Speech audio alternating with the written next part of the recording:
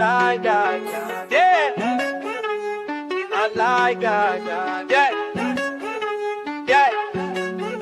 American bully, that's a dream. From XL booties to extreme. Pocket standing, not left behind. Bully breathing is a grinder, we don't mind. Pick it up shit, Facebook posting. Put in the time, we get up behind. Stand on your 2 feet, no joint cross. They grinder with 10 toes down. Some get big headed when they win at a show. Some act like Joe, plus some hype for dough. Real breeders are humble, you know. Cause they know just cause you won the class don't mean you won the show.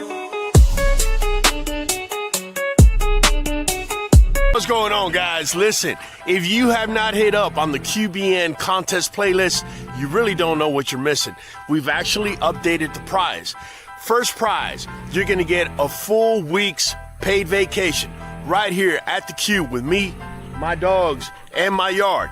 Everything I could give you, anything you wanna ask is gonna be given to you, plus a $500 prize. You're also going to get Nuvet NuJoint DS. Second place, you're getting $200 to be spent on Amazon, plus 2 Nuvet and 2 NuJoint DS's. Third place, I'm sorry, you're only getting $50 to spend on Amazon, plus a Nuvet and NuJoint DS. If you have not started watching QBN's playlist, we're going to be asking 2 questions out of every video. There's only 10 videos to be watched. If you haven't been watching it, I really don't know what you're waiting for. It's been Raul from the Q. I'll be catching you on the next one. We have a little misting system set up over here. I'm gonna show you, and you can do it. So if you're going camping or just need to have it set up, I'm gonna show you how easy it is. All you need is one of these garden sprayers you can get on Amazon for $20. One of these little solar generators I got hooked up. Then you're gonna need a fan with misters in front of it. And once you got that set up, I mean, this little setup right here says it can run 4 hours. And I'm sure if I put a solar panel on there, it could blow for a lot more. It's a cool little breeze right here, man, with the misters on there. That right, little blueberry? Yeah, sunshine liking it, man. It's been Raul from the Q, and I'll be catching you on the next one. Bully Live, what is going on? It is Monday, Bully Live, and we have a special guest for you. None other, not an OG, more like the OG. We got Papa Pitt in the house. He is coming in. We got some questions for him. We're going to have him break some things down. Let me tell you, man, if somebody's got a gift to gab, a lot better than anybody else I know, it's got to be Papa Pitt. Let me bring in my dude, my host with the most. What is going on, Money Mike? What's going on, fam? I'm excited about this one, man. Like you said, the OG in the house. Absolutely, bro. Let me tell you something, man. I didn't know I was a Papa Pitt. I didn't know back in the days I was a Papa Pitt fan without even knowing who the heck Papa Pitt was. Back in Miami in the mid-'80s, they were bringing these big blocky dogs and whatnot. And next thing you know, Papa Pitt, and I'm like, people just looking at each other like Papa Pitt. Like back in the days, no internet, none of that stuff. And look, man, you fast forward 40 years, and here we are. Listen, without further ado, man, let's bring in the man, the myth, the legend, Papa Pitt. What is going on, man? Hey, how's it going, Bully World? It's always glad to be on the show with Raul and the group here. I always enjoy myself. It's always a great it's a great show. So let's get this thing going, you guys. I'm looking forward to it. Well, hey, we already started, Papa Pitt. Listen, before we came on the air, you were talking to us about there is legislation going on in California. Those of you located in Cali, you need to listen closely. There's legislation coming on. You break it down, Papa Pitt. Well, you know something. So far, it's only been in our county. They started a heavy breed ban on all dogs. What they're saying that the shelters are all filled, and I understand that because there's a lot of overbreeding going on. But anybody in my area with an intact dog is going to get a $1,000 fine for every dog in your yard. Plus, you will get fined on top of it, and they give you very limited time to move the dogs out or whatever you got to do. So it's kind of a heartbreak what they're doing. But on the other side of that, I can understand because there's a lot of breeding going on, and there's people breeding some dogs that are more mediocre than of quality. So That happens to be because everybody thinks they're going to make a lot of money on this, but it's farther from the truth than you can imagine, because there's a lot of work that goes on in being a kennel owner and taking care of animals. You know, it's not just selling a puppy once in a while, because it's very costly, feed, vet costs and everything. So it's kind of a heartbreak that they're coming at us that way instead of developing some other way to curtail this problem, because I don't think they have enough people to really mandate this, because there's people all over the valley with dogs, you know. It's the biggest thing out here. Everybody has a dog. When you're in the country, you're in the city around here, everybody has dogs. So, but it's still a heartbreak, because they'll what they're trying to do. So, I hope this thing fixes itself. Well, Papa Pit, let me tell you, man, you just chill. I can see you being chill. If it was me, I don't know if it's because I'm over here in Texas, but I'd probably be taking it to heart to the point where I'm fighting it, whatever it is they're trying to throw down. But you know your neck of the woods better than I do. And if you're seeing a lot of people breeding and, just creating dogs for the sake of doing so, then, hey, that's your point on it. Hey, Mike, in your neck of the woods, do they have any type of legislation like that going on? No, they don't. Arkansas, we don't have just an abundance of breeders here. We do have a lot of good dog breeders in Arkansas, but we just haven't had an issue with it to the point where they're doing any kind of restrictions. I don't think here we don't even have like X amount of dogs per camp, or I could have 50 dogs here if I wanted to. They don't have any kind of limitations like that. No, yeah, where I'm at is 3 dogs. Period. This has been like that for years. That's all they're going to allow you to have. Well, Papa Pit, it sounds like you're going to have to talk to Mike. I know he's got a good bit of land over there, and see if he could lease you a piece of his land. And, there you go. Get on over there. Hey, listen, I got some questions for you, Papa Pit, man, because let me tell you something, man. If there's a walking legend amongst us, it's got to be you. You're the longest tenured judge. What? I don't know about UKC or AKC, but definitely you're up there in the ABKC. Yeah, I started judging actually like 2003, 2004. But I've been dogs all my life, you know what I'm saying? But seriously judging, I still remember some of my first shows, so I've been doing it for a little while. I've been doing it for a minute. Okay, definitely. I have your first question of the night is, as the longest tenured judge in the bully world, what changes have you seen in breed standards for the American bully in the last decade that you agree or disagree with? That's a great question, because when the bully registries were established, it was actually meant to be for an extreme dog. And at that time, a lot of your extreme dogs were coming out of California, especially Southern California.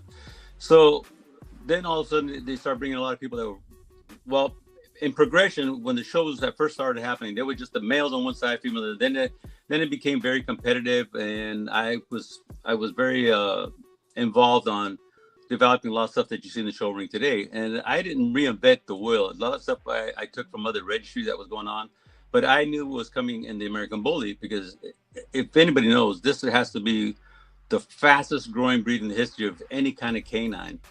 And when it started out with the extreme dogs, and then a lot of show people started crossing over from like UKC and other, venues and other registries, and they started focusing more on the structure of the animals, and that's a good thing. But the whole intent of this thing was supposed to be for extreme, so it went from extreme to very well-structured and more classic type looking dogs, and now it's made full circle. It's coming back to having extreme dogs, and I agree with it. I like what I'm seeing out there. I'm saying, so long as it's kept healthy and within the means of decent, not making a terrible dog, I like what I'm seeing out there. So I like what I'm seeing out there. And then as far as like the new era of the exotic, I'm trying to get in there with these people, and I'm trying to help them out as well. I'm doing some of their shows because, when I first came into the bully community, I took a lot of heat from the AKC and the UKC because that's where I started at. So now it's ironic, because now I'm going and I'm helping some of these people in their exotic shows, and I'm getting the same kind of flack that the original bully guys got, right. and I feel like it was a big contribution into getting the American Bully where it's at today, with some of the ideals and things that I worked with a team on. I never did anything by myself. It was a team. I put together a nice team when I was there, the senior judges and so forth. And and I liked it that way. That way, I had a committee. That way, we could more minds to reflect on what we had to do as far as making the breed what it is today. And it's one of those things where, again, like I said, I took flack then, I'm taking flack again now, and I'm okay with that. You see, it's easy to stand on the sideline and throw rocks, but pull up your bootstraps, wash your hands, and get in there and get in the mix and try to help these people. Teach these people stuff. Right. When I go to these shows, I feel like well, I can't remember the name of the guy, but it was Sodom and Gomorrah when he goes in there and he says, God tells him, I need 5,000 righteous men. He goes, God, that's awful hard. And he goes, well, okay, make it 500, right? And I go, man, 500. Okay, 5. So when I go to these shows, I'm trying to save 5 souls every time I go in there, you see, and hopefully they see things and they'll start correcting their dogs. And they come a long way. As the different sizes expanded within the American Bully breed, we've had to bring breed type with it. There was a time when the pockets, now they've got more breed type than any of the class. That's right. It wasn't always that way. No, it wasn't. And so the micros, it's the same thing. When I first heard about them stuff, I'm like, man, I don't know, man. They're looking pretty sloppy. They look pretty unhealthy. A lot of issues, a lot of this, a lot of that. Now, because of guys like yourself starting to get involved, the breed type it's getting up there, man. And there are some good looking micros. I got to give it to them. Yeah, they're getting more consistent. I can remember in the early days, like I said, when there was when you looked across the ring, for example, there was a pocket class and you seemed like, there was no consistency. There was a lot of different, body size, height, just overall structure, headpieces. But now if you look at it, it's a lot more consistent, you know what I'm saying? And I like what I'm seeing, you know what I'm saying? So it all takes time. And the other thing is a lot of people saying, well, you keep saying that it's a young registry. Well, it is. If you look at the AKC and the UKC, they're 140 plus years old. They didn't do that overnight either. If you go back and look at the early days of the early UKC dogs, they were all over the place. You look at some of the, the old game dog stuff, they were everywhere, you know what I'm saying? But it takes time. And, I will probably never see the finished product because I'm an old guy, but I'm just saying, as time goes on, I have a feeling this thing's going to end up being a beautiful animal. It already is, but I think it's going to be to its point where it's consistent and good looking dogs, man. They're getting there. You know what I'm saying? So I'm excited for the breed. No, I couldn't be any more excited either, Papa Pit. I tell you as well, Mike knows, I've said for the last 5 years, the breed type that's coming in, spilling over from the pocket class over to the standard class has been unbelievable in these last 5 years. Yeah, I agree. And, I've had quite a few breeders reach out to me and tell me, I want to get old school blood and this and that. And sometimes I've had to tell them, like, I don't think you comprehend. Getting that old school blood in some cases is going against the evolution of that very blood. Because that dog that is a great grandfather to the pup that you currently have now or that you can acquire, that has been brought in, and whatever I don't want to say impurity, but whatever that wasn't pure was taken out on its way to creating the generations that came from it. And so what I tell a lot of new breeders is right now, the dogs you're seeing now that carry breed type, that are healthy, that are health tested and are good to go, blow out 99% of whatever old school blood you have out there. I'm not trying to take a shot at the old school. It's just that it has been molded into a better product that we're seeing now. That's so huge, man. Why go back? That's so huge what you're saying, Raul, because, I'm one of those guys. I like looking at the old school stuff. I like old school cars. I like the old school vibe. I like the way things were done in the past. But when it comes to our breed, it's evolved. And so we've talked about this before. If the sperm is even frozen, it's probably outdated. Right. These people putting up sperm, we're freezing straws and all this. It's probably outdated, man. There is a dog or two. Colossal's a good example. Colossal's been around a long time, man. That dog still got some breed type even by today's standards. But there's not very many. There's a few, but not very many that are still relevant. This is correct. This is what Can you hear me? Oh, my bad. Go ahead, Papa Pig. No, I was gonna say, something. What you're saying is there's a lot of validity to it. But if you were to go back in the early days when I was first started going to Southern California, there were dogs there. I'll give you an example. There was a gentleman, Mike Lane Kennels, and he had some very bully dogs that would fit in today. Even people like Richard Barajas and Golden Line, those guys had dogs that were pretty darn bully. There was another gentleman by Tilo Bar that I fell in love with. One of my first pockets I seen, he had a dog named Big John Blaze. And I fell in love with the dog, man. And there was another guy locally that before I even heard about, American Bullies, his name was Junior. And he was, I swear to God, they must have crossed a red nose or something, because he was a red nose. He had a head like a pumpkin. He was maybe 15 inches and just shredded, man. And these are dogs that were way before the term American Bully was even given birth, you know what I'm saying? But they've been around.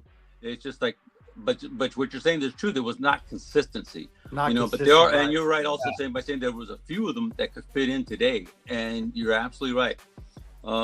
Too many people, they chase some of this whole stuff. And the other thing that people don't realize, and I'm going to get in trouble when I say this, but everybody says, well, man, I got, 15 times DAX, but how far back is that? And they're going to say, well, there's a coefficient, there's a Punnett square and all this stuff like that. But, it's like a shot of tequila, man. If I keep adding water to it, eventually it's going to be water.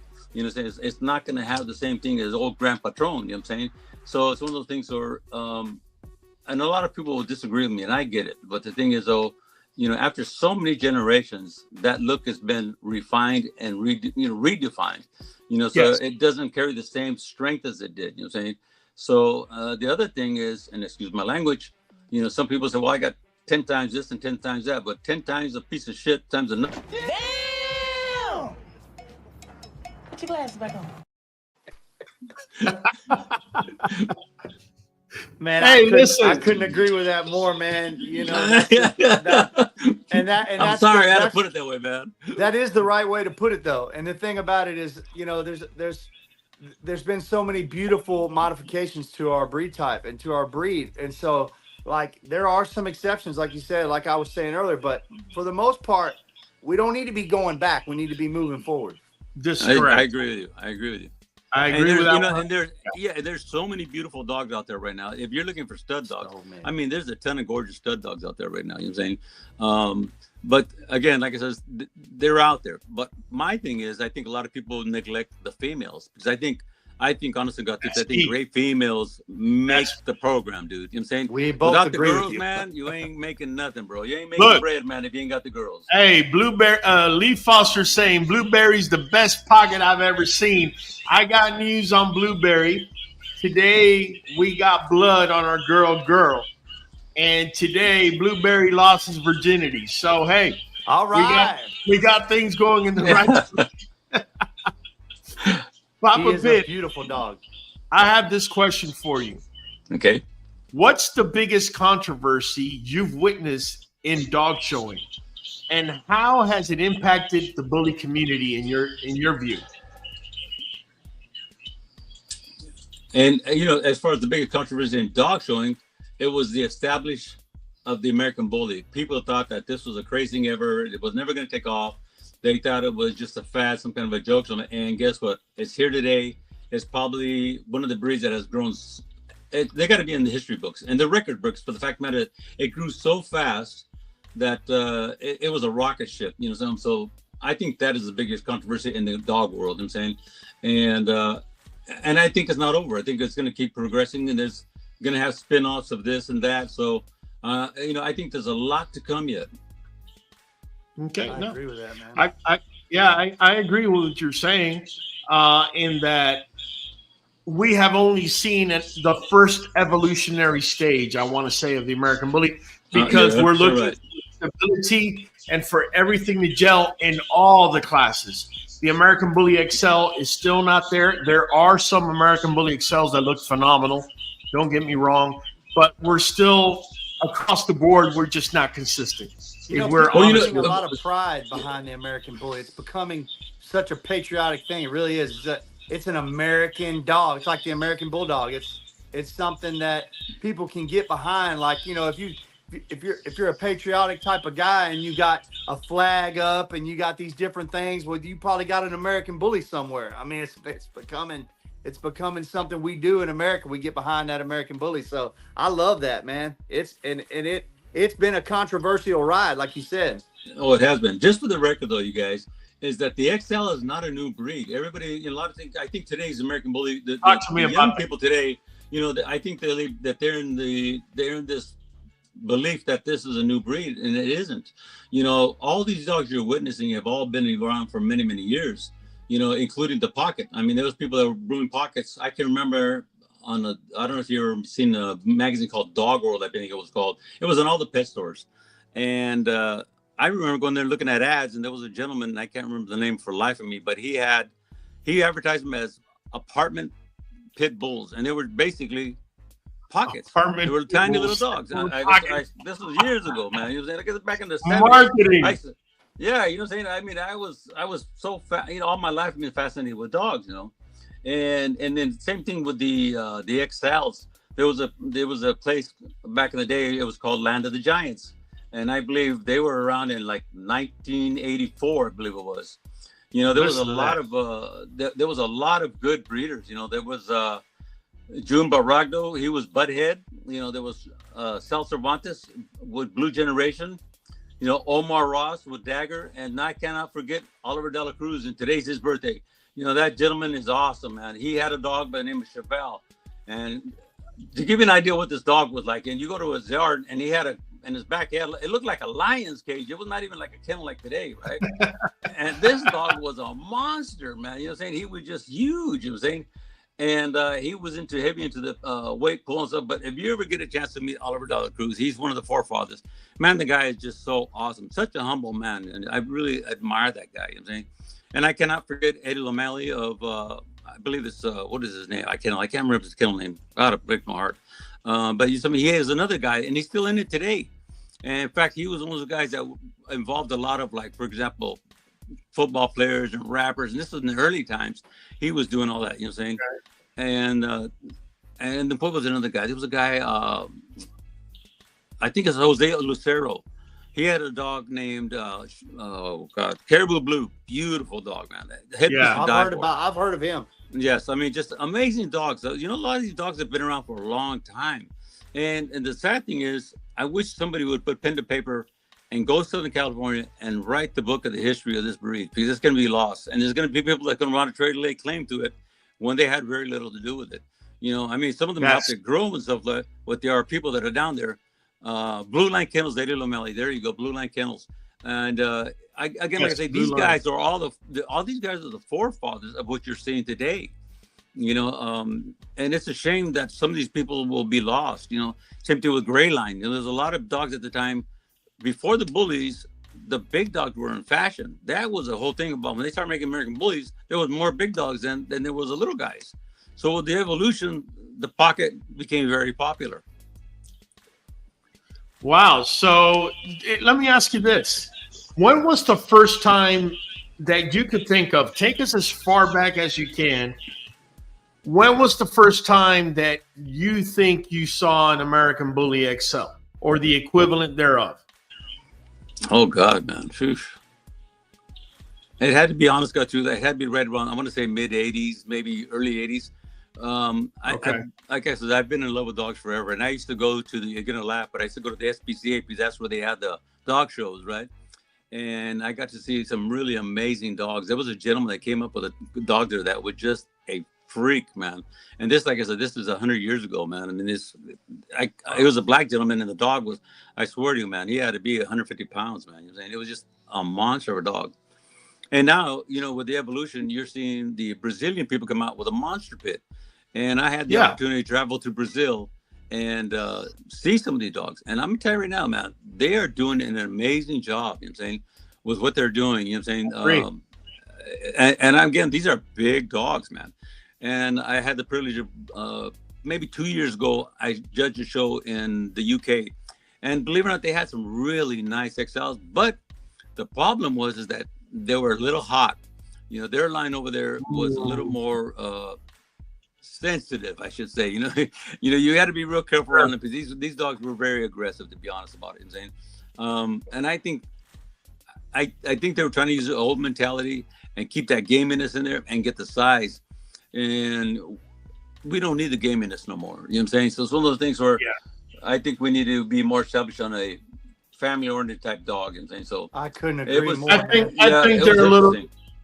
I think they're a little bit further behind, maybe as far as that part, the temperament part, as far as the evolution. Yeah, I agree with you there. Yes. Yeah, Papa Pete, I've said here publicly many times that I am so happy that the Brazilian Bull came about. And that's because I want to say I've been breeding for about 10 years, and all I've known is American Bully XLs that have an injection of Mastiff blood in there. Yes, there is some. Yes. And I've seen some that look like Greyhound. I'm not Greyhound. I mean, Great Dane bodies on them. Yeah, Labrador, Great Dane. Yeah. And I take a look at, and I've had Aria from Samba Kennels here before, and we take a look at what they're doing with the Brazilian Bull, and I couldn't be any happier because I feel that they have raised the bar to the point where American Bully XL breeders now have to push away. In order to be able to compete, you got to push away from the Mastiff blood and actually breed between the bully lines, if you will. What do you think about that statement? Well, no, I agree with you. And I have to mention another kennel, which is Bossy Kennels, and I'm mad for the life of me, I don't remember the girl's name, but they are doing some pretty exciting stuff. But you just stated though, there's a lot of merit to it. You know what I'm saying?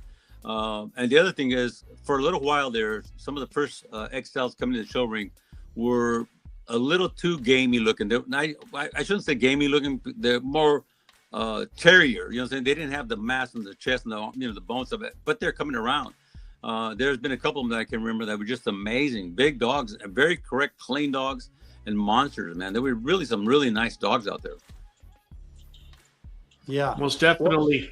Go ahead, Mike. Well, I was going to say what you just said about the Brazilian Bull. I think that's exactly what it did that makes it so valuable. And we talked about it on the show before it happened. We were like, man, what we felt like they needed to do was give it its own class, make it its own breed. And that's what they did. We talked about it before they even made that decision. But I'm glad they did because, like Raul said, it gives us something to say, like, hey, what XL breeders were doing before and all that Mastiff traits, it's not going to fly anymore. There's something people to look back and forth between and go, that ain't cutting it. And so I think it's going to be really good for our breed, really good for the XLs to have something at a higher standard to shoot at, Yeah, I have some friends. I have some really good friends. This Bruno and Beatrice. They're from Brazil, and I went down there a couple of years back to judge a show for them, right? And I got to tell you, what I like about what they're doing there is, for example, their version of a exotic. They have open books. They're actually breeding two different dogs to create their version of the exotic, but it looks more like the American Bully pocket. And I have to say, I'll tell you, I've seen some super impressive pockets coming out of there. Although they're over there, they're considered an exotic.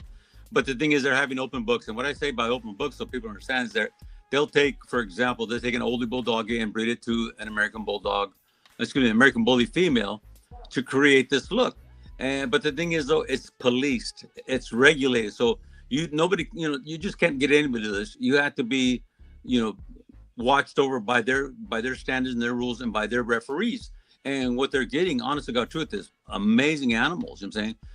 And I think that's where we fell short in the very beginning, is we should have been more open about it and more controlling over it.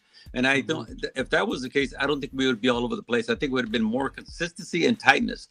And this is where I got to give, for example,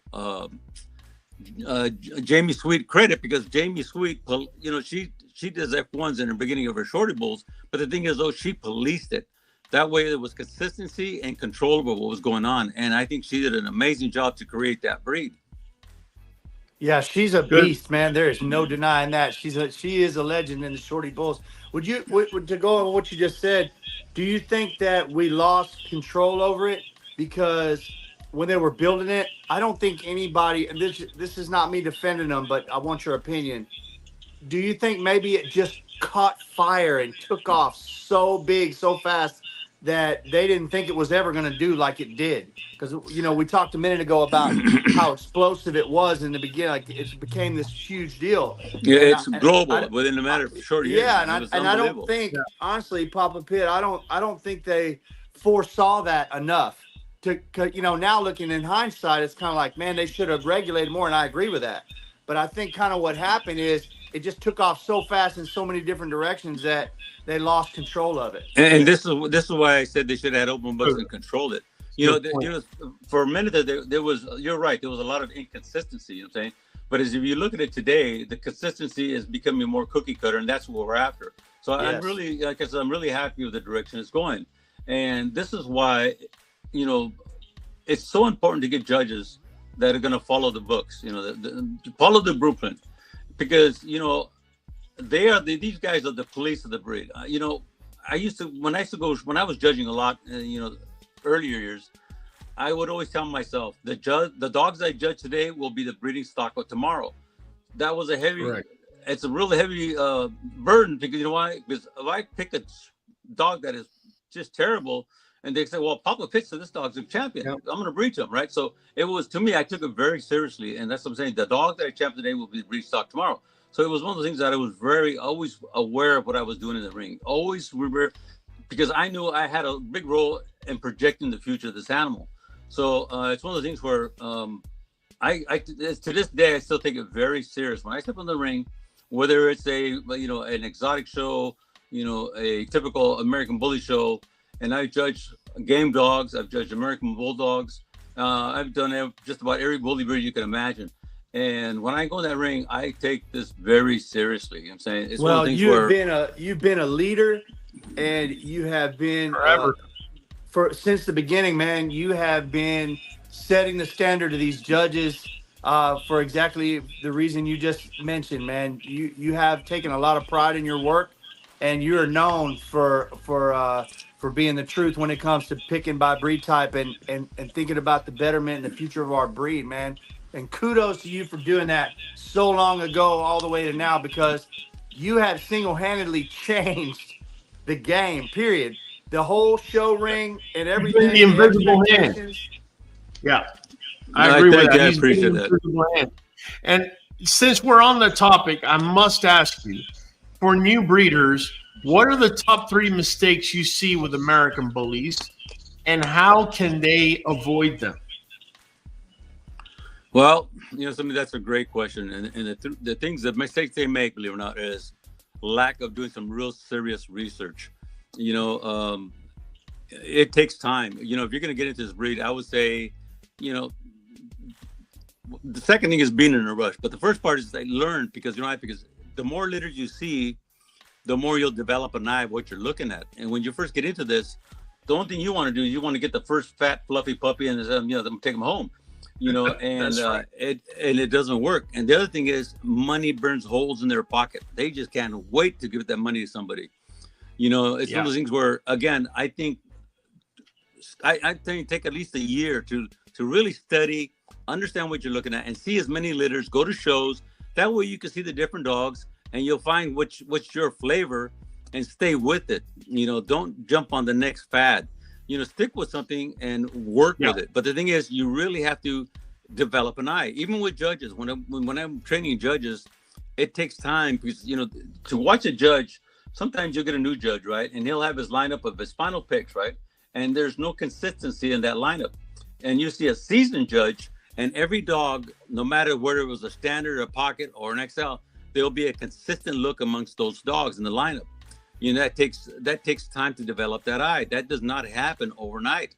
Even for myself, when I first started, I can remember one of my first shows, I was picking more of a pit bull, and I told myself the next show, right before I walked in the ring, I told myself, Ron, this is an American bully show. Pick American bullies. And from that time on, I understood that, because even when we get judges that come in from other registries, they have a tendency, and that's nothing wrong with it, but it's been imprinted in them, so they have to understand and develop the eye for the new breed. You know, and so it takes time. You think judges are doing that, brother?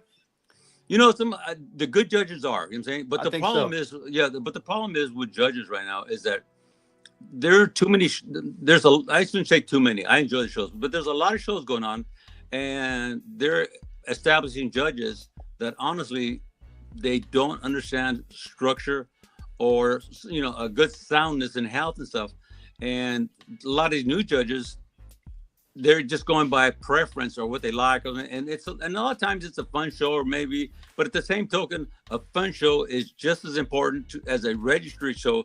Because the fact of the matter is, we are again policing the breed, so it's very important that everybody tries to understand at least structure, and I think that's very important. At one time, I probably, and I'm not telling you this because I'm trying to pound my chest, but at one time I think I probably trained 90% of judges globally. I was traveling quite a bit, and I was, but apprenticing judges. So I did a lot of that for many years, and I think that sometimes that the registries, they get a little laxic. They want to let somebody come in because he's popular, and that's okay. That's but right. Make him go through the same scenario you had to be a judge. Do the setting, do the the test and everything. So it's sometimes it's great to bring in a popular guy because you're trying to keep your show attendance up, but at the same time you could be sacrificing all your work that you put into these dogs because this guy was a rock star for the moment. I'm saying? So I think that the judges, I think a lot of the judges right now, it's going to do like the breed itself. It's going to go full circle. It's going to, they're great. We really police them. Then it's getting a little crazy. And I think it's going to come full circle. And then it's going to come back to discipline judges. I got to give credit. I'll give an example. I'll give credit to June Williams. That guy, when he first came in, he was doing his thing. But then I started seeing him and he started picking dogs that were really good structured dogs. And at first he took heat because he was part of the exotic community. But he had the courage to come up and do what he had to do and make these decisions of picking, good quality dogs. So, he's a great guy too. Oh, he's a good dude, man. And that's what I'm saying. It's one of those things where I even gave him recognition. I remember one show he picked the damn ADBA game dog, and people about fell out of their chair, man, when they seen that. You know what I'm saying? And I commend him because the dog actually structurally was very nice and sound. So it's one of those things where it takes time, man. Nothing comes overnight. Anything that's worthy of, or of goal oriented does not happen in a second, man. Yeah, it got messy there for a minute, and I think now, like you said, I think now it's there's a lot of good quality breed type to pick from now. Whereas there for a minute it was all over the place, but now we're getting dialed in, so the judges are dialing into that. Seems like exactly, and again, as the years go on, it's going to get even better, man. Yeah, I agree. You know what I'm noticing, and I want both of you to say either yes or no. Be completely objective. Those of you that are watching, go ahead and drop a comment as well. But I think, say for example, with the Brazilian Bull, right, which is the most recent example that I could think of, the breed type that it brings, even though it's not American Bully XL, it is such a superior breed type that it becomes undeniable. It raises the bar, not just for the breeders, but also for the judges in the ring. 100%, because you cannot pick a dog with terrier traits next to a bull like that. You would be frowned on, frowned upon. Therefore, yeah. And you brought a good point there when you're saying the judges. It's one of the things we're developing an eye, and I think they really. My opinion is, when I was first doing this with the big registries, is I try to tell them, you need to send basically like a review of somebody to review the judges. In other words, watch what he's doing, give him a review, because to keep the consistency going in the right direction. Sometimes the judges never, after they become a judge, they pass all their tests and that, they're never policed afterwards. And sometimes some of them need a little assistance, not necessarily policing, but just more instruction, to go in the right direction. It's not about, what I like. It's never been that way. It never should be that way. I mean, I have my preferences, but when I step in the ring, that goes out the door. That doesn't happen. Exactly. I really love the way you're talking, brother. And this is why we're so honored to have you here, brother, because you've got so much history, man, and to hear you confirm the same stuff that we're saying. Like Yes. I took 2 years in this researching and falling in love and getting into the details before I ever got a dog. And a judge should be on a higher standard of that. They should really Absolutely. know their stuff, man, before they even think about it. Right now, I feel that I know the breed type and the different classes enough right now where I would feel comfortable coming to somebody like you and saying I'm ready. But I've been really digging for a long time, and so I think people are getting in too far too fast and haven't put their time in the show ring. Haven't gone to enough shows, haven't talked to enough good. But let's ask a question. Let's ask a question because you just hit on something, Mike. People are coming in fast. This was a big money grab breed, in particular when COVID hit. Remember when COVID hit and all that money was going around? Everybody was it became one big pyramid scheme where everybody was trying to sell to somebody else. Do you think the breed is still at that stage, or do you think it has matured? Do you think this recent recession, I always see, I always try and get positives out of negatives. Do you think this recent recession that reset things, that had all these breeders that jumped in for the wrong reasons jumping out, all of a sudden has kind of reset the breed or the aim of the breed in a different way? Do you think there's any truth to what I just said? 100%, man. You know what happened was there was a big influx of people coming in to do the breed, right? And they did a study years ago. I remember when I was in the UKC, right? They studied the life of a kennel, right? And they said max 3 years and people would come in and they would disappear because it's not an easy venture. And the other thing is they were not disciplined enough. And I think when this whole COVID thing, there was a lot of, like you said, the floodgates were open. It was the Biden border control. And but what happened now is these people are going to phase out, and you see very few people nowadays that have been with longevity in the breeds. And it's slowing down. Now that you're starting to see people that are more consistent, they've been here for more than a couple of years. They're starting to show up, they're starting to stay in. They're fine tuning what they're doing. But the thing is, though, you have to survive the hard times, and there's a lot of hard times being a kennel breeder or a dog owner. It's not overnight success, and those guys that do it are very lucky. Give me a cutoff. How many years is that first hump? 6 years? 5 years? Man, it's probably.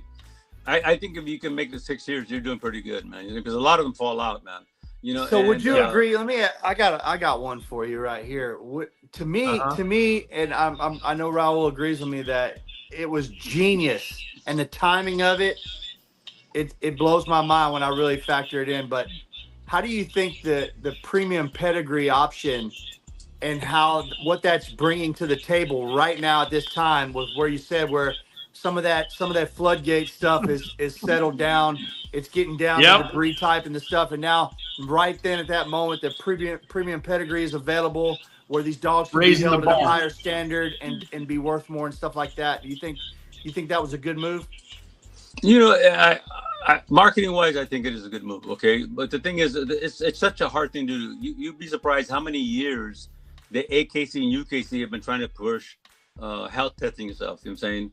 And it's a difficult one to push upon the people, and I understand people can say, well, you need to do that. I totally get it. Trust me. But the thing is, sometimes some of these guys are, they're barely surviving and they really can't afford to do a lot of this stuff. And I'm not making an excuse for them. I'm just being realistic about it. You know what I'm saying? I mean, it's a great idea, to promote healthy dogs is what it's all about. You know what I'm saying? I agree with that 1000%, and sometimes some people are very adamant about it. I mean, they're really hardcore on it, right? And I'm not trying to be sarcastic or smartass, but I ask them sometimes, you have children? Yes. Did you test? And then they look at me kind of sideways, like, hey, wait a minute, what's that all? They're really pushing hard about that. But you know what I'm getting. It's just it is being sarcastic, basically. But I mean, because it's But these people Papa push really Pit, hard and they don't see it. But let me counter you just to counter you. Because you know I'm big on genetic testing, health testing. No, 100%. So for a premium pedigree, right? If I remember correctly, it was elbow. Was it hips and heart, Mike? Hips and The heart. big right? three, huh? Yeah. So let's say elbow, hips, and heart. In my neck of the woods is $400 for OFA testing on all three. I mean, for each one. My bad. So you're looking at $1,200 plus $100 for a genetic test. That's less than $1,500. People are spending $4,000 or $5,000 for a dog. No, 100%. In reality, the way I see it, Papa Pit, I think that another thing that has been happening is ever since that recession hit, even the people that have stayed have lowered the number in their camp. And I think that is a very smart thing to do, because you're going to be able to do more with less, because now you have less mouth to feeds, less dog vet visits, less things, so on and so forth. And now you can kind of concentrate on more quality in the less dogs that you're keeping. I think that people just got to where they couldn't, they blew up when the floodgates opened, and now they got 15 dogs, but they're only making money with 2 females and a stud. And the rest of the dogs, they're just feeding on their yard. So people started dialing down, like, wait a minute, I got 10 dogs I'm taking care of that are not a part of my business, really. And I've known people that have over 100 dogs. Oh yeah, yeah. That's insane. Yeah, I'm being conservative with it for sure. That's not fair. That's not fair to the person or the dog. These people are pretty high up there on people's lists as being top breeders, stuff. You know what I'm saying? And the thing is, they're only showing you what they want you to see. So it's one of the things where it's very difficult. And I understand the whole thing of the principles of trying to make this thing a better breed. I'm all for that. You know what I'm saying? But again, and also it goes by region. It's like a C-section. The C-section may cost somebody $400 someplace else. And where I'm at in California, you're going to pay no less than $2,000 to $5,000 for a C-section. You see? Wow. So, it's wild. Papa Pit, we have a question. We have a question from Adam Fields. Adam Fields is saying, "What are your thoughts on making dogs walk in the fun show?" I'm all for it, man. When I'm judging shows, I make them walk. Again, there's no purpose in having a dog if you can't even walk. Think about this, man. People are gonna come to you and they're gonna say, man, I love your dogs. I want to get one for my daughter, my son. And you sell them a dog, and this kid wants to take the dog in the backyard and play with it, and the dog will die if he runs across the yard. So something. What do I feel about it? I think it's something that needs to be done with every dog. And some people may not like that, but I'm okay with that. The whole purpose of a dog is to be, capable of enjoying life. So I think it's very important that you make the dogs walk. I could not agree more, man. Well, hold up. Enough with the micros. Hold up, because we're about to corner him here, Mike. So, this is Jose Hernandez, so don't blame me. Jose Hernandez is saying, what is the top 5 bully pockets in your opinion? And I'm thinking he's saying about right now. Oh my God. That's a question I always try to avoid, to be honest with you, man. Because you know why? Being who I am, I'm a pretty heavy influencer. And I think it's very unfair for all those guys that are coming up that have great dogs. I think the beauty is in the eye of the beholder. I respect that. And I think you have to do your homework, do the research. I would love to name a couple of dogs, but again, like I said, it's not going to be fair to anybody else. I'm saying again because of my influence in the community. Let's go back 20 years, the last 15 years. Talk to me about legends. What dogs, what 2 or 3 or 4 or 5 dogs have just totally impressed you, and why? Was it their structure? Was it the temperament? Was it the way they walked, the head, the rear, the front? What was it? Oh my God, man. You're talking, man. I can't remember that far back, but I will say this though. I think that there was a lot of nice dogs. Don't get me wrong. Now, in terms of dogs that had a heavy influence in the breed, that's a different story. I think like you had dogs like Dax, Remy, even Mr. Miyagi. These dogs had a heavy influence on the direction of the breed.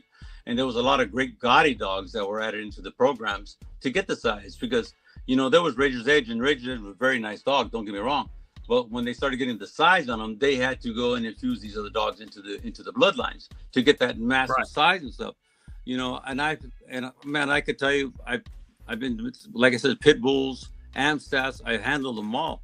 So it's hard to say. I'll tell you what, I'll give you one dog, because like I said, I hate bringing up dogs that are somebody else's dogs, but Ed Shepard had a dog by the name of 21 Blackjack.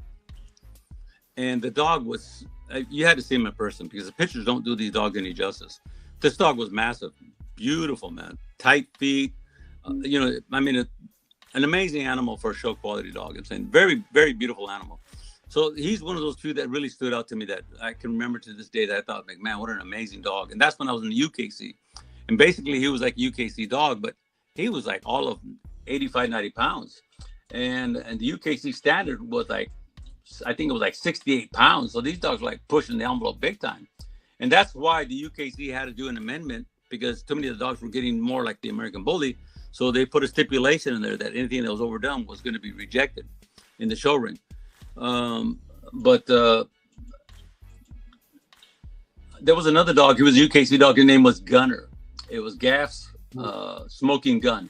And this dog was just amazing. And Pam Carter, which to me was one of the elite breeders at the time, she had some amazing dogs. Her headpieces, I think somebody had to steal her blueprint for headpieces. But her headpieces, a lot of them were like the American Bully. I mean, these are Amstaffs. Amstaffs, they were dual Richards. Amstaff, UKC, Pit Bull.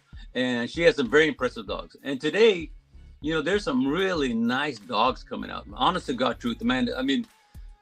There's dogs. Let me refine it. Let me refine the question for you a little bit. You guys really try to put me in the corner, man.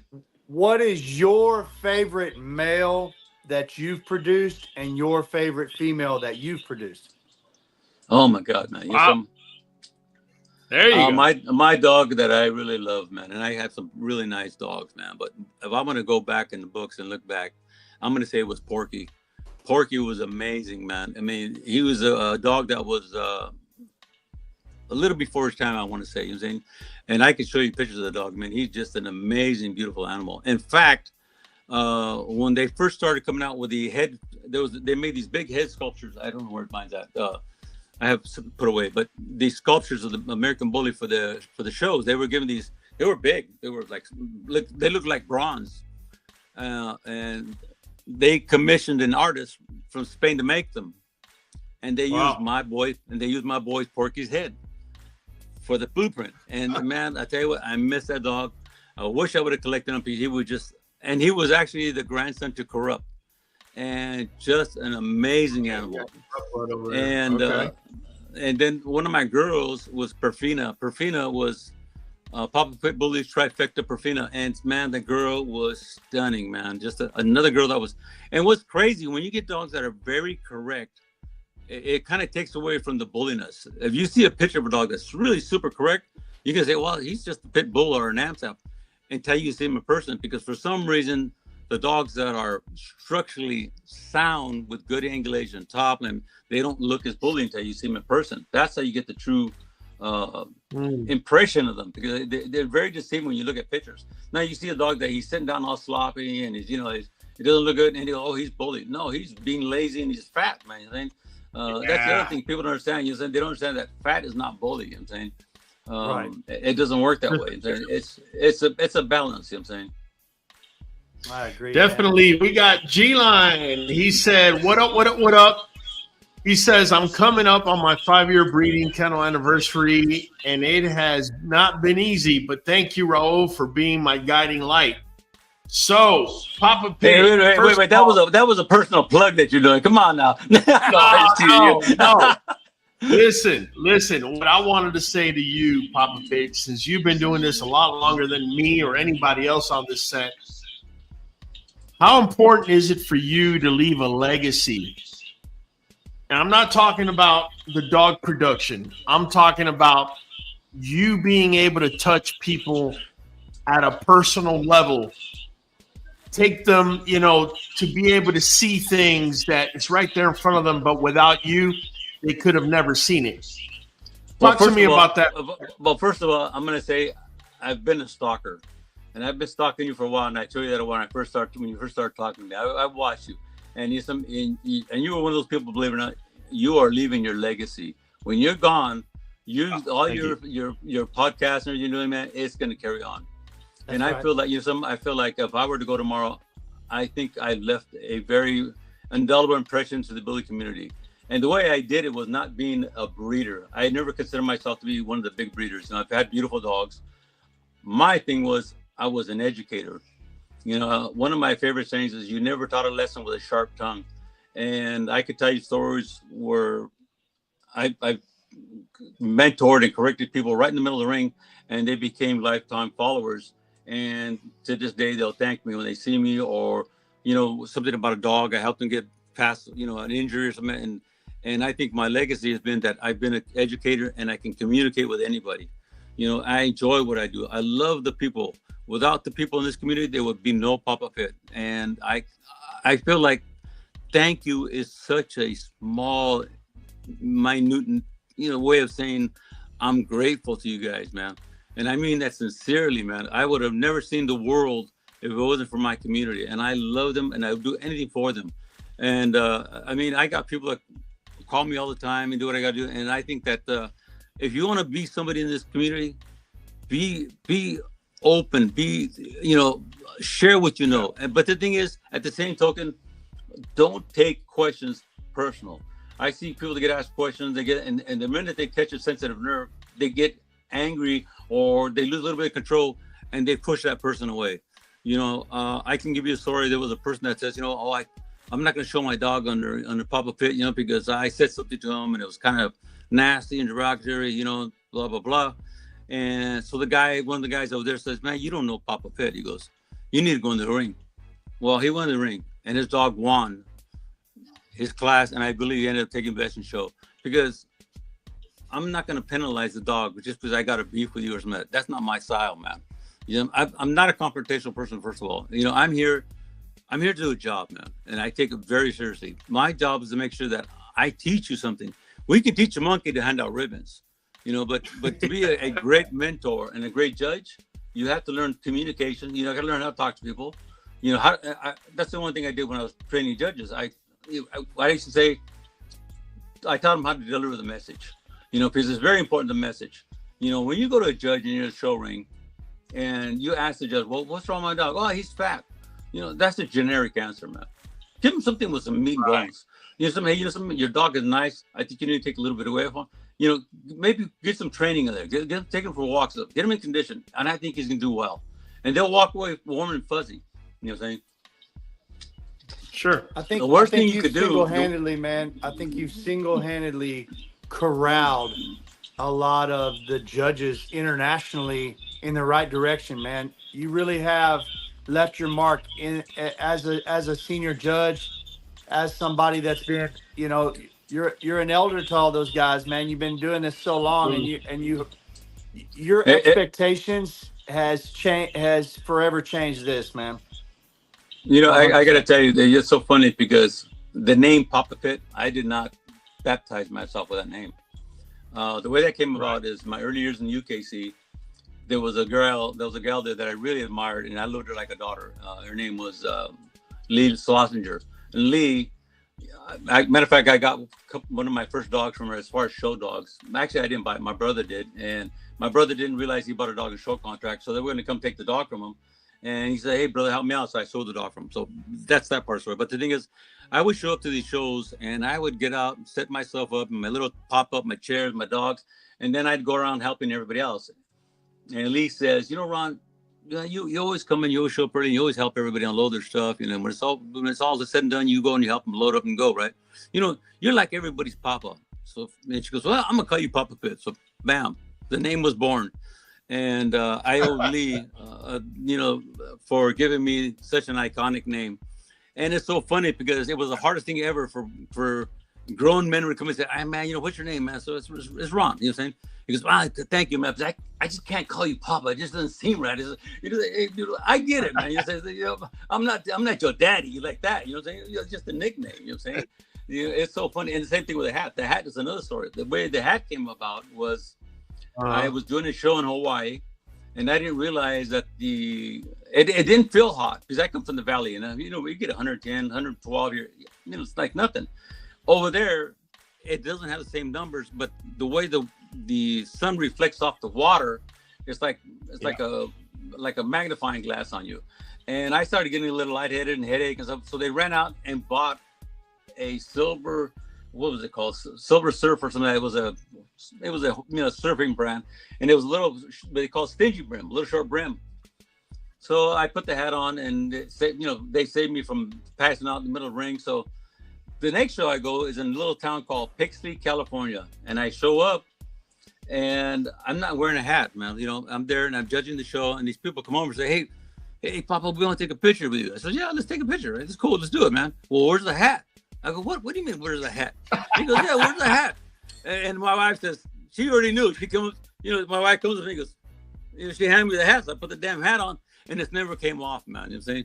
I think nowadays, even my kids would. Hey, I can tell you how funny this is. Not even my kids will recognize me on my hat. My granddaughter, she sees me all the time with the hat on. She goes, "Papa, put the hat on when I go over." Because she's like, right. Like, "What? Who are you?" You're like the Colonel Sanders of bullies, man. Hey, whoa. I mean it in the best way. Hold up.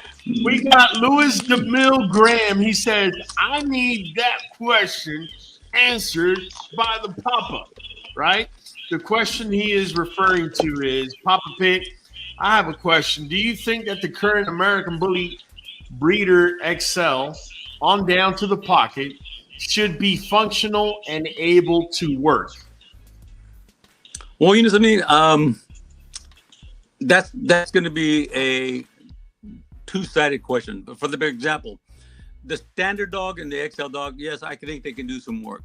But when you start getting some of these pockets, there's too much body mass. So these are no longer the working class dogs. I mean, if you watch the dog show, the Amstaff is in the working class, the Pit Bull is in the working class. But these now are more of companion dogs. They don't have the ability to work like they used to. And that goes for a lot of working dogs. If you look at a lot of the working dogs, if you ever watch Westminster, a lot of the original working dogs are no longer working dogs, but they lost that function. I mean, there's a lot of people that are hardcore on it, and I like that. I would like to say breed towards having a healthier dog that can apply that, but they're not going to be able to do it like they used to in the old days. Do you think that's just part of being domesticated, or? No, it's not just domestication. I believe it's more of a preference of people. The biggest demise of the canine world is man's preference. We've lost a lot of great dogs because we wanted to look like this or that. It wasn't Mother Nature making this thing, because Mother Nature is only going to give you the fittest is going to survive. And there's so much truth to that. But what man does, he'll get a dog like the German Shepherd and destroy the rear end. Now that dog has many problems with the way he stacks. And the way he stack it alone is like painful to watch, So that's just one breed. There's other breeds that have changed so much. If you go back and look at the history of a lot of these breeds, bull terriers, whatever they may be, they have evolved to completely, totally different animals with their first inception.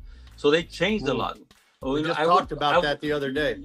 I would like to see a healthier version of the dogs, but I'm not going to say they are no longer the working dogs of past. Before these dogs, you put a cart on them, they would, carry a load up with a cart. The pit bull was actually called the farmer's dog. And the reason they called it farmer's dog, because one, it kept vermin away, protected the livestock, and they actually left it to take care of the kids. They would leave and the kids would stay with the dog. Nobody would mess with the kids, but the dog would tear them up. A very good book to read is Diane Jessup's book called The Working Pit Bull. It's a beautiful book, easy read. You don't have to have a hard education to understand the interpretation of what she's saying, because it's a very simple read, but it's a great book. And on the same subject of literature, earlier question about people getting into the breed and learning, there's another video you can see. It's by I can't remember. I'm gonna draw a blank. Oh darn it! But it's called the Puppy Puzzle. Oh yeah, it's the Puppy Puzzle by Pat Hastings. That's her name, Pat Hastings, and it's called the Puppy Puzzle. and it breaks down, basically teaches you what to look for in puppies as far as structure. Now she's using a NAM staff, but the thing is though, structure is structure, and it applies to all animals. There's only slight deviations between the different breeds. So it's a great, if you want to see something really how to evaluate puppies, it's called The Puppy Puzzle by Pat Hastings. It's an amazing video, you know. So that's why we preach the breed standards so much, man, because people get to chasing trends. This dog, that dog is hot right now, and then there's 1,000 puppies off of them. But you know, they're not really working their program, like you said earlier. You know, you need to figure out what you want, what you're breeding for and towards, and then figure out what it's going to take to complement that. Instead of just picking the next hot thing, you need to look at the standard, what's expected, and where you're at, and what it's going to take to get to the standard. And that's, I think that's so important. You're speaking volumes. I'm gonna tell you why, man. Because you know, I've seen amazing dogs in backyards, just, you know, peeking over back fences, man. I think, oh my God, whose dog is this, man? Saying he never been in show, and these people they just breed for, you know, for the farm dog. You know what I'm saying? And there's amazing animals out there, you know, too many. But part of that, again, it goes back to the money grab. You know, if I breed to this stud, man, I'm gonna get money for this. You know what I'm saying? So it's one of the things where I understand that the hobby is very expensive, but there comes a time where you have to decide, are you gonna breed for money or are you gonna breed to make a great dog? You know what I'm saying? And do you feel, I'm sorry to interrupt you, there's a slight delay. Do you feel that one of the main downfalls in the past, and I feel like it's been changing, but I felt that when we were in the money grab era, decisions of breeding were not being made based on breeding, they were being based on money. 100%. Having a dog, 100%. A particular name with a flaw, it didn't matter, but it had that name. Breeding it to another dog that had the flaw, somehow because of that recession, made people scratch their heads, because now feeding 6 dogs was not as easy as it was before. So now it kind of changes the priorities, right, of your decision making, and now you're making more breeder-centered decisions rather than monetary-centered decisions, right? I agree with you. And the other thing that started happening too, along the lines of all this breeding that started going on, it was a lot of people started inbreeding, and inbreeding is a tricky breeding. It takes real skills to do inbreeding. People don't understand that. They were just grabbing it, oh, bro, such a boom, let's smash them. You know what I'm saying? And it doesn't work that way. Right. You know, what I was taught from the AKC world was that they had to be 2 very exceptional dogs. When I say exceptional, I mean health-wise, structure-wise, you know, temperament-wise, because what you're doing, so people don't understand what they're accomplishing and what they heard, that if I inbreed or line breed really tight, I'm going to get this consistent look. Well, what they fail to realize is that in the journey of inbreeding, to try to get this perfect dog, you're also locking in all the generational bad traits behind it. You know, so you're bringing all the house issues forward, you're bringing all the good, but you're bringing the bad. So a lot of times when you did a real tight inbreeding, you're going to get maybe 1 or 2 dogs that look fantastic, and you may get a bunch of crap after that, man. It's one of those things where it's not that easy to do inbreeding. And there's guys going to pound their chest, say they know what they're doing, and good for them. But, you know, it's one of those things that I've done very seldom, and I've had good results with the bad results. You know, so it's one of those things where I prefer to do, you know, a little space in the bloodlines, and I'm not afraid to do a complete outcross to another line. You know, saying a lot of people are afraid to do that, and I like breeding. I feel like I prefer doing, believe it or not, a lot of genotype breedings. I like to get dogs that are very similar in look. Wait a minute, Papa Pig. Can you say that for the people in the back one more time? Did you say genotype breeding? Yes, I do, man. I like that. Well, you know what? We got a song. We got blues to play for phenotypical breeders, right? But nonetheless, we're going to play it, and we're going to be right back. Like blue eyes in a sea of blue, I can't stop thinking about you. The way you walk, the way you stand, the way you do you. Blueberry motherfucker, you. That's right, blue, blue, blue. Blueberry motherfucker, you. You act like you own the place, In the Cuban yard, you're far away. Blueberry motherfucker, you. Saving my nickels and dimes, taking my time so I can get my bone and structure from blueberry motherfucker, you. I know you're gonna produce. I got to save up, I gotta invest in you. Blueberry motherfucker, you. You are the best, cleaner than the rest. Blue, blue, blue, sweet blue, you sexy motherfucker, you. We love you, we sure do. Drink you like blueberry juice, blueberry motherfucker, you. I've seen many blue dogs, but none are like you. Blueberry motherfucker, you.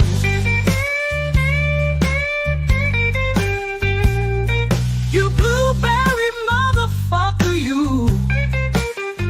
You got me waiting and waiting, gave me the blueberry motherfucker blues. All right, we back. We had to take a nice little break there. We had to play the Blueberry Blues. Hey, show Papa Pip the banner for the. You should see that little blue puppy now and how he looks. He's got a breeding coming up with Blueberry. That's him right there at 12 months. Oh, nice. 11 months old there, I think.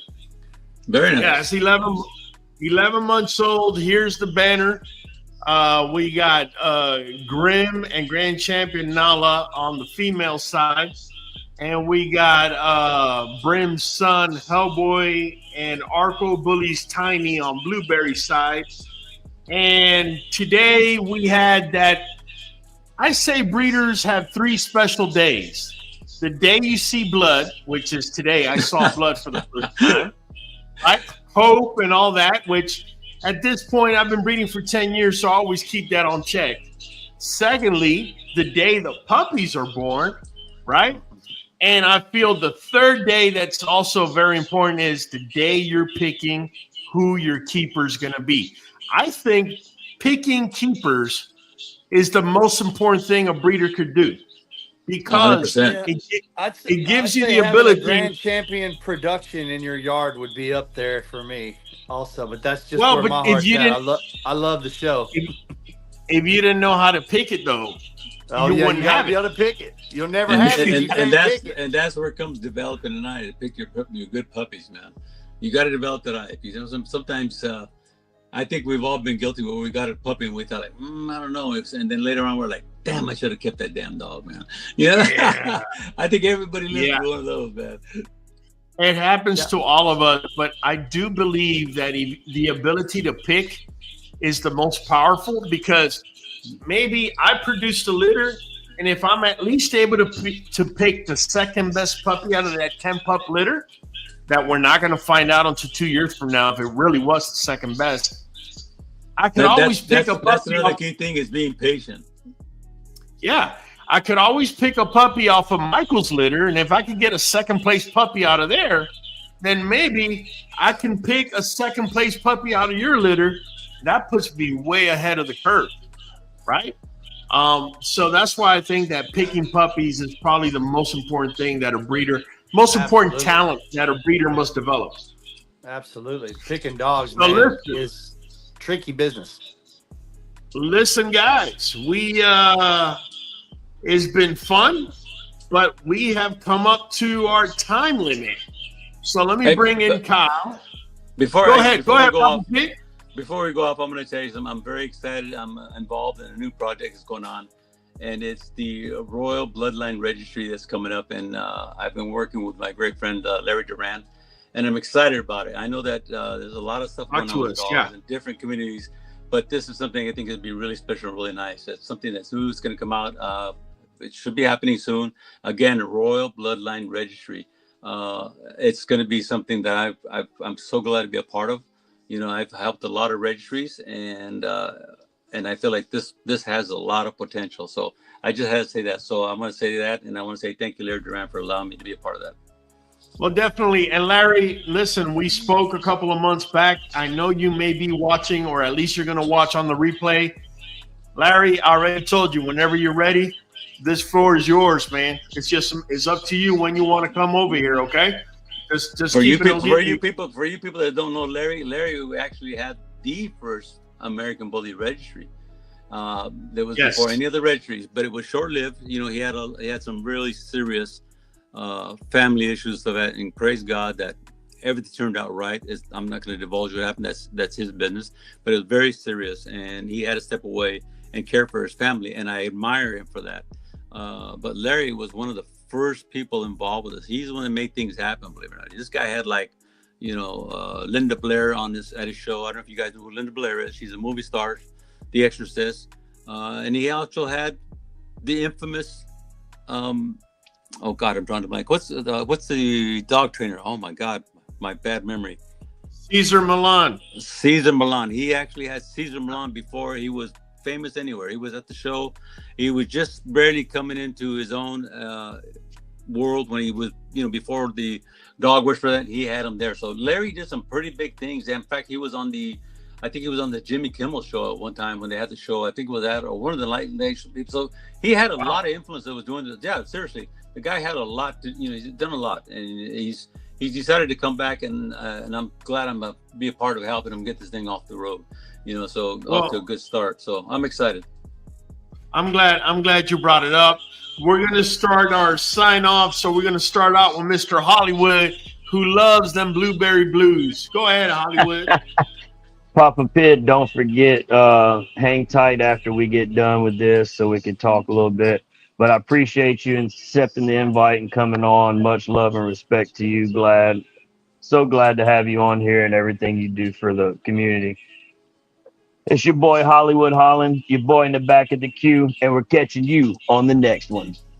Oh, Michael Higginson. I hit the button there too quick. Michael Higginson.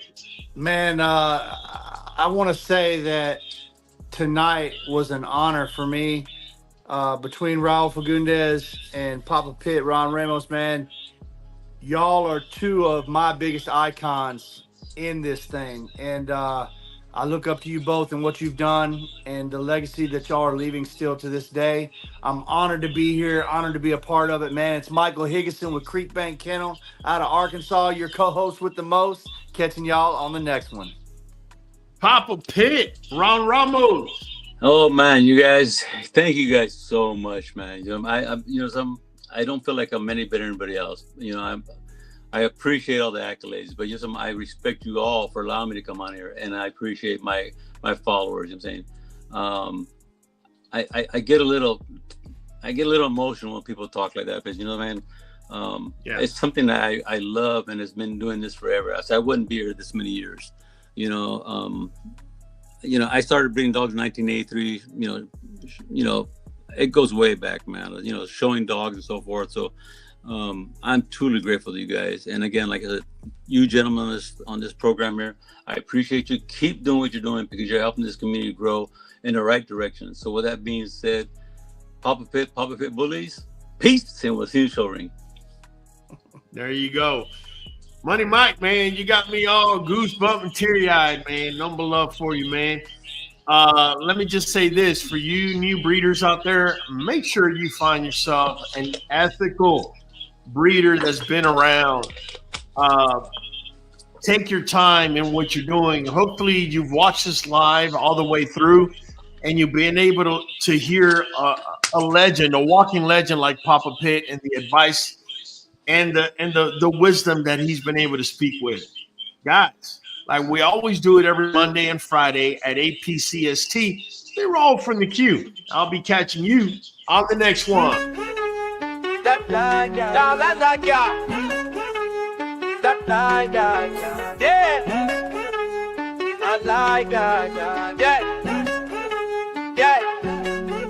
American bully, that's a dream. From XL booties to extreme.